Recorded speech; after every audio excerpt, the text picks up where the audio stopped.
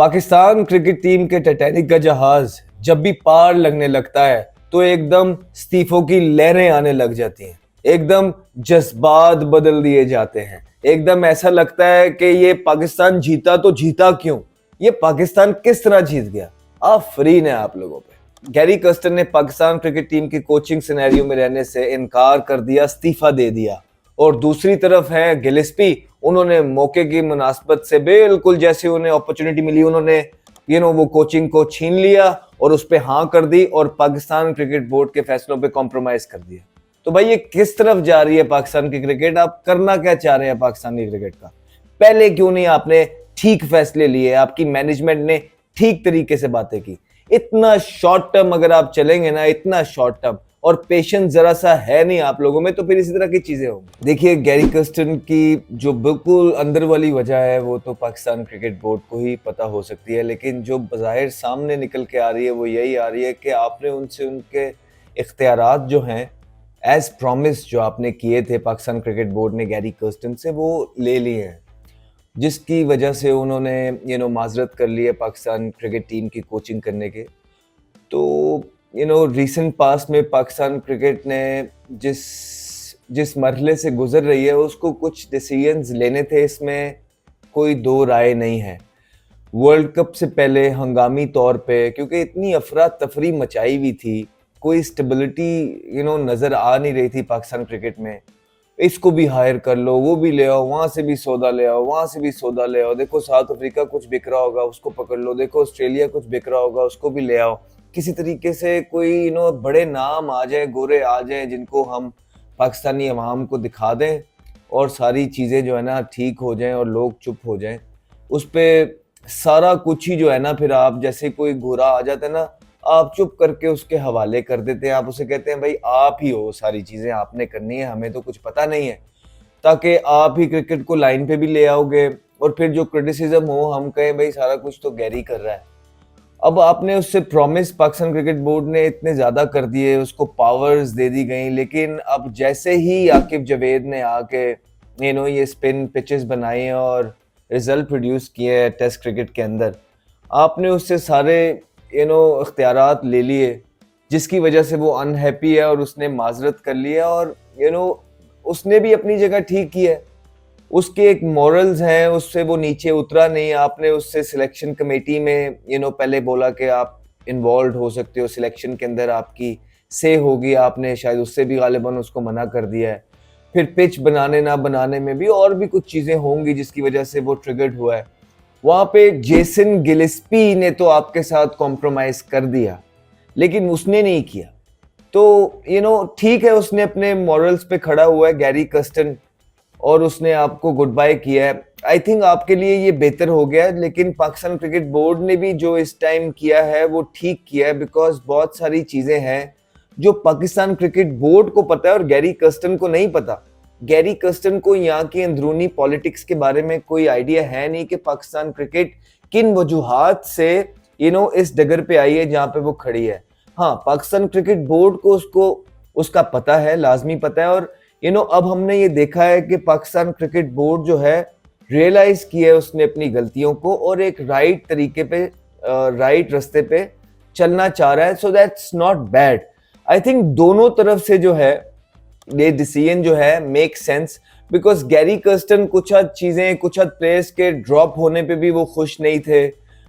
फिर central contract भी जो गालिबन अनाउंस हुए हैं उसमें भी उनकी कोई एज सच इनपुट नहीं थी जिस पे वो अनहैप्पी थे।